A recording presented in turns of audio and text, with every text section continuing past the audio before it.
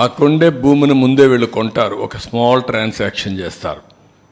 ఆ ట్రాన్సాక్షన్ అబ్నార్మల్గా చేస్తారు, అదే మార్కెట్ రేటుగా చూపిస్తారు, దానికి 2.5 times డబ్బులు ఇస్తారు.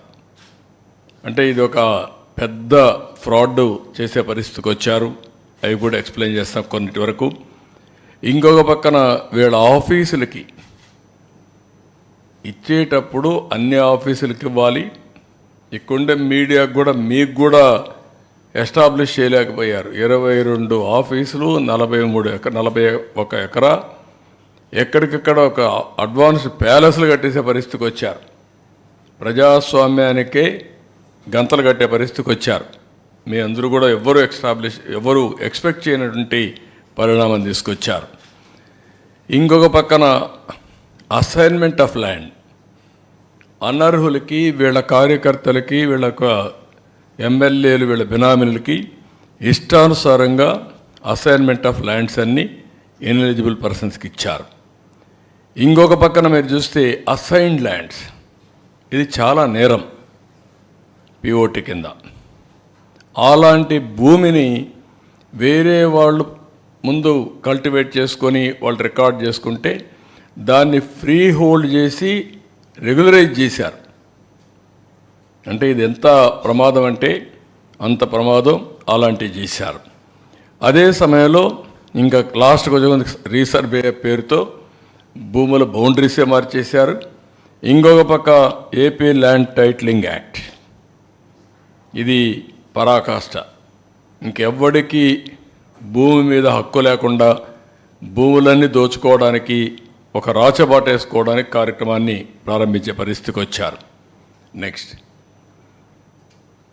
ఇక్కడ మీరు చూస్తే మోడస్ ఆఫ్ ఆపరేషన్లో విశాఖపట్నం రామానాయుడు స్టూడియో, ఇల్లీగల్గా ఆ స్టూడియోకి ఇచ్చినటువంటి ల్యాండ్ని రెసిడెన్షియల్ క్లాసిఫికేషన్ చేసి దాంట్లో వాటా కొట్టేశారు. కడాన సుప్రీంకోర్టుకి వెళ్ళే పరిస్థితికి వచ్చింది. సుప్రీంకోర్టు డైరెక్షన్ ఇచ్చారు. ఆ స్టేజ్కి వచ్చింది రామానాయుడు స్టూడియో. అక్కడ స్టూడియోలో నేనే ఇచ్చాను. ఆ రోజు రామానాయుడు గారితో మాట్లాడినప్పుడు విశాఖపట్నంలో షూటింగ్ చేస్తే బాగుంటుంది అనుకున్నప్పుడు హైదరాబాద్ తర్వాత విశాఖపట్నాన్ని ఒక సినిమా షూటింగ్లకు ఉపయోగించే విధంగా చేయాలనే ఉద్దేశంతో ఇచ్చాం. మంచి ప్లేసెస్ ఉన్నాయని అలాంటి దీంట్లో ఇది చేసే పరిస్థితికి వచ్చారు. ఇక్కడ హైగ్రీవా ల్యాండ్స్, ఇది మీరు చూస్తే 12 ఎకరాల 51 సెంట్లు. ఇది ఎప్పుడో ఆ ల్యాండ్ని వాళ్ళకు ఇచ్చారు ఓల్డేజ్ హోమ్కి.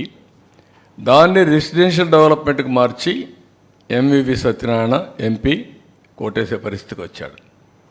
ఓల్డేజ్ హోమ్ను కూడా వదిలిపెట్టలేదు కడాన. మామూలు భూములు కాదు ఇవన్నీ, అలాంటి గనులు అన్నమాట వీళ్ళు. ఇంకో పక్క శారదాపీఠం, 1,00,000 రూపాయల ఎకరా, ఆడైతే మంచి వాల్యూ ఉంది. 40 కోట్ల 50 కోట్ల తెలియదు, 15 ఎకరాలు కొత్త వలస భీముల్లో. ఇంకొక పక్క షాహీ హియరింగ్ కేర్ అని 1 ఎకరా 15 కోట్లుంటే ఫ్రీగా వీళ్ళ సొంత సొమ్ము అయినట్టు దానం చేసే పరిస్థితికి వచ్చారు. నెక్స్ట్ ఇంకో పక్క దస్బల్లా ల్యాండ్స్, వాళ్ళకి ఆ భూములు వచ్చాయి.